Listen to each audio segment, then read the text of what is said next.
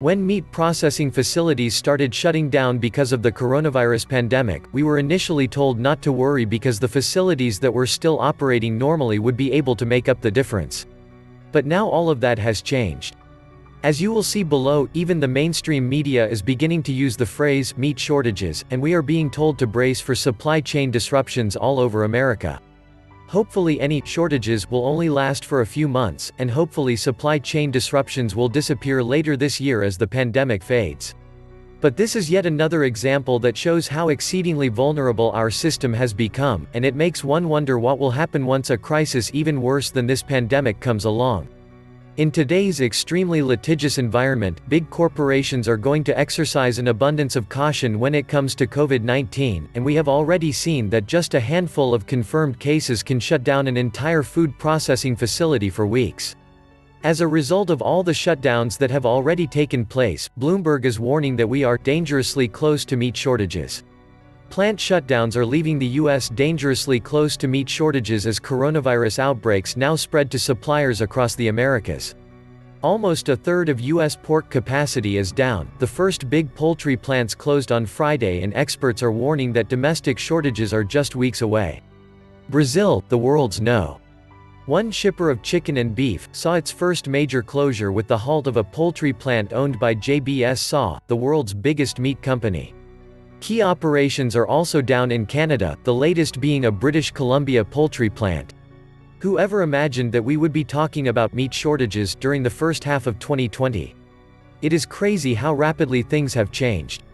On Friday, Smithfield Foods announced the closure of a fifth meat processing facility. Smithfield Foods has closed another meat processing plant amid the coronavirus pandemic, the company's fifth facility to discontinue operations this month as a result of the illness. According to Smithfield, a significant supplier of the global meat market, the company has stalled production on a rolling basis since April 19 out of an abundance of caution for employees of its St. Charles, Illinois, facility. And on that same day, Hormel announced the closure of two major turkey plants. A Hormel Foods subsidiary has shut down a pair of Jenny O turkey plants after reporting some employees have tested positive for COVID-19. The company said 14 employees out of about 1,200 workers at the two Wilmar plants have tested positive for the virus. Even more chilling, on Sunday Tyson Foods actually ran a full-page ad in the New York Times in which they admitted that the food supply chain is breaking. Tyson Foods, one of the U.S.'s biggest meat processors, didn't mince words in a full-page New York Times spread that ran Sunday, in which they warned, the food supply chain is breaking. As pork, beef and chicken plants are being forced to close, even for short periods of time, millions of pounds of meat will disappear from the supply chain, John Tyson, chairman of the board of Tyson Foods, wrote in a letter published as an advertisement. As a result, there will be limited supply of our products available in grocery stores until we are able to reopen our facilities that are currently closed. Look, the truth is that the head of Tyson Foods would not be talking like that if things were not very serious. I believe that things will be better by the end of the year, but for now we should expect significant meat shortages in the grocery stores for several months. And for some portions of the supply chain, the shortages are already here. In fact, one expert is warning that restaurants could be out of fresh ground beef in a week. While hundreds of plants in the Americas are still running, the staggering acceleration of supply disruptions is now raising questions over global shortfalls. Taken together, the US, Brazil and Canada account for about 65% of world meat trade. It's absolutely unprecedented, said Brett Stewart, president of Denver-based consulting firm Global Agri Trends. It's a lose-lose situation where we have producers at the risk of losing everything and consumers at the risk of paying higher prices. Restaurants in a week could be out of fresh ground beef. The good news is that once this pandemic fades, things should get significantly better for the industry. The bad news is that we are probably going to be facing elevated prices for a long time to come. In fact, the price of U.S. wholesale beef just set a brand new record, and the price of wholesale pork surged 29% last week.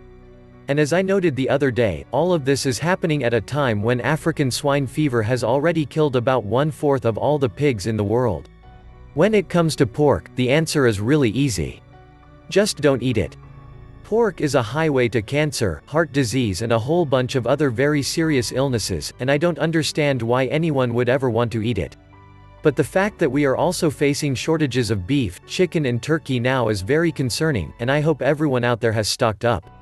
Sadly, the truth is that there are plenty of chickens and turkeys out there at this moment, but because of the plant shutdowns many growers don't have anyone to sell to right now. As a result, millions of animals are being culled. The Baltimore Sun is reporting that 2 million chickens are set to be culled across farms in Maryland and Delaware amid coronavirus-related staffing shortages at meatpacking plants. We've heard the same story with pork, turkey, and beef processing plants across the country. Reducing operations or shutting down due to virus-related illnesses among staff. With reduced staffing, many plants are not able to harvest chickens at the pace they planned for when placing those chicks in chicken houses several weeks ago, before strict social distancing rules went into effect, trade group for the Delmarva poultry industry said in a statement. I believe that it is a huge mistake to completely close all of these meat processing facilities, and hopefully many of them will be reopened as soon as possible. But meanwhile things will become increasingly difficult, and American families will suffer. Now that tens of millions of Americans have lost their jobs, people are starting to get desperate, and the National Guard is being deployed to food banks all over the nation. Of course, this coronavirus pandemic is not the worst thing we are going to face. In fact, it isn't even close to the worst thing we are going to face.